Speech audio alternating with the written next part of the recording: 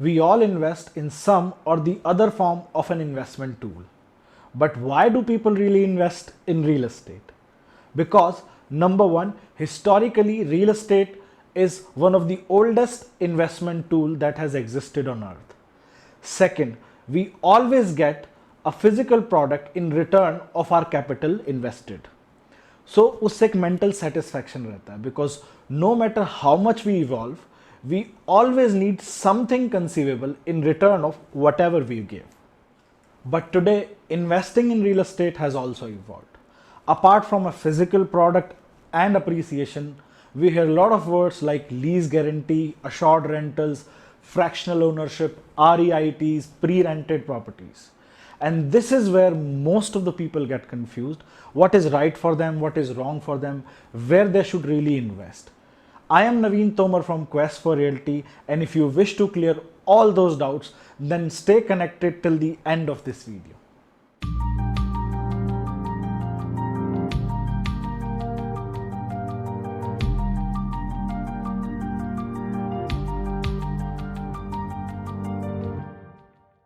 But before we get to the part कि हमें किस टाइप की प्रॉपर्टी में और कहाँ इन्वेस्ट करना चाहिए, let's understand certain common terms which will help you to understand the further part of this video. All these terms that I'm going to discuss with you, some of you might already be aware of some of them, but I will tell you them in the most precise and the shortest way so that everybody can understand who doesn't know certain terms. So let's start with your favorite thing, malls. What's a mall? An enclosed retail complex with a centralized AC system. High street market. An open plan retail complex where only shops are air conditioned but the common areas are not. Destination market. In destination markets, they are also a form of high street or malls, but the total area is usually more than 10 lakh square feet, probably between 1 to 2 million square feet. It brings visitors from far distances. Examples can be Ambience Mall, Mall of India, GIP Mall, Noida. Mid-sized markets. They generally range between 3 to 6 lakh square feet and they cater to a range of 0 to 7 kilometers of a catchment. Hyperlocal or neighborhood markets. They generally range between 50,000 to 2 lakh square feet and they cater to a range of 0 to 3 kilometers of catchment. SCOs, shop cum office complexes. A common example is Sector 29 in Gurgaon, Sector 31, Sector 46, similar to that. Now moving on to pre-rented property. A property which has a registered lease agreement with a tenant and you get a monthly rent directly from the tenant. Assured rental or lease guarantee. A monthly amount is paid for a specific period of time by the developer to you, which is usually a fixed percentage of the total money that you have paid to the developer or the builder. It is generally offered on an under construction property. Technically, it is not a rented property. I technically don't consider it as a rented property because it doesn't have a registered lease agreement with a tenant.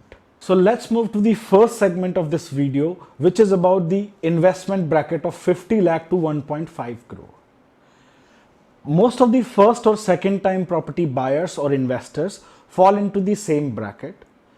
If you are also one of them and you want to play safe, then you should stick to residential investment. Technically, this is a low risk, low return category where the ROIs or rental yields fall between 2 to 3% annually. And the options that you can explore are premium builder apartments, ready to move and under construction both, or builder floors. For under construction projects, you would have to do your Reiki a little cautiously because there's a lot of gap between developer to developer. So either you do your Reiki yourself very cautiously or you should consult somebody who is very transparent and who can give you the right advice. It can be your friend, relative, colleague or anybody. If your budget is below 50 lakh rupees, you can also buy affordable houses. But personally, I'm not much in favor of that simply because it is a little oversupplied. Secondly, there are no product differentiation between two products. I mean, there are typically no frill deal kind of apartments where there is not much difference between two products. The only differentiating factor is the location. Once the final end user will come to you to buy that. So that is the only differentiating factor. If your purpose is pure investment, then I would suggest that you invest in plots in tier 2 and tier 3 cities. You would get much better appreciation over there. If you are someone who has a higher risk appetite, आप थोड़ा ज़्यादा risk ले सकते हैं, then you should invest into commercial properties. This is a mid to high risk category with higher returns. Historically, जो post possession returns होते हैं, ROI होती है, वो 5 से 8% होती है कमर्शियल प्रॉपर्टीज में. For 50 lakh to 1.5 crore investments, you should stick to neighbourhood markets. And the simple logic is that it is better to buy an excellent property at an average market rather than buying a bad property at a great market. While investing into the markets, you should also stick to ground and first floor only, because second floor shops take a lot of time to get filled up. And the examples for such kind of shops or projects are the affordable housing projects. I mean, there are shops in front of affordable housing projects. There are small markets in front of affordable housing projects, which are very good for such investments. Or markets, neighborhood markets, which does not exceed 1 to 1.5 lakh square feet. Now, a natural question comes up: why a neighborhood market, not a mall or a high street? And the simple reason is mathematics. For example, in any good market in Delhi NCR, you won't get a ground floor property below 25,000 rupees per square feet. Even with maximum 1.5 crore rupees, you will get a property of 600 square feet super area, 300 square feet carpet area. I haven't seen any good brand taking up less than 800 square feet carpet area. However, in the same amount of money, you will get an excellently located shop in a neighborhood market, plus the liquidity and the appreciation in neighborhood market will be much higher. Some of you might be feeling that I'm against high street markets or destination malls or destination high street markets. No, I'm not against anything. I am against logics and wrong selections and wrong dynamics. You will figure out and you'll see how it will unfold in the further part of the video, that how, when and why you should invest in bigger markets as well. So now let's move on to our next segment, which is 1.5 crore to 3.5 crore. Considering that your purpose is pure investment, तो इस segment पे आपके options कुछ और बढ़ जाते हैं. If you still want to play safe, then you can buy premium residential apartments of some good developers. We have curated a list of some good options that you can check out on the I button above and see all those options. Or you can invest in plots. For plots also, we have made a video specifically about how to invest in plots, and it gives you a broad perspective.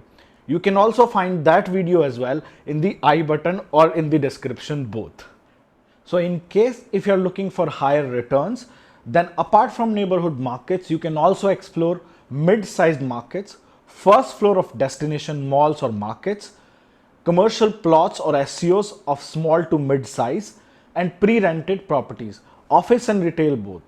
And if you want to know more about pre-rented properties, then there's a good news that we are soon going to upload a video which will tell you all about pre-rented properties. So smash that subscribe button, hit that bell icon so that you get notified once we upload that video next time. Talking about assured return or lease guarantee, it's a little tricky game. Is it your own money that you are getting in pieces back, or you are at least getting some interest on your invested capital?